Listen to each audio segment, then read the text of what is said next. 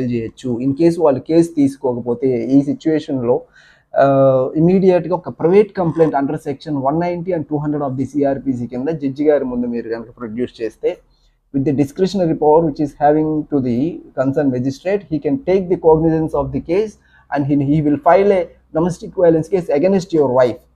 So there starts the matter. ఒకవేళ వాళ్ళు file చేద్దాం అనుకుంటే మీరే స్టార్ట్ చేస్తే ఇంకా మీరు లక్షలు కోట్లు వాళ్ళకి కాంపన్సేట్ చేయాల్సిన అవసరం ఏం లేదు కదా. ఎప్పుడైతే మీరు నిజంగా హ్యూమిలియేషన్కి గురవుతున్నారో, ఎక్కడైతే హస్బెండ్స్ హ్యూమిలియేషన్కి గురవుతున్నారో, ఎక్కడైతే హస్బెండ్స్ అబ్యూజ్ అవుతున్నారో ఫిజికల్గా, మెంటల్గా, సోషల్గా, ఫైనాన్షియల్గా, so there you have an every chance, you can avail this remedy.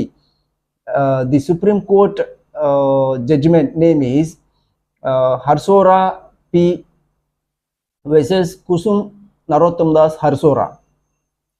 ఈ supreme court judgement Hiralal Harsora P versus Kusum Narottam Das Harsora. ఈ సుప్రీం కోర్ట్ జడ్జిమెంట్ మీరు సైటేషన్ చేస్తూ ఒకవేళ మీ లోయర్ కోర్టులో తీసుకోకపోతే you can knock the doors of the high court, honourable high court. అక్కడైనా మీరు త్రూ రిట్ పిటిషన్ ద్వారా ఒక పిటిషన్ ఫైల్ చేస్తే ఇమీడియట్గా there will be an order coming from the high court to take the cognizance in the lower court.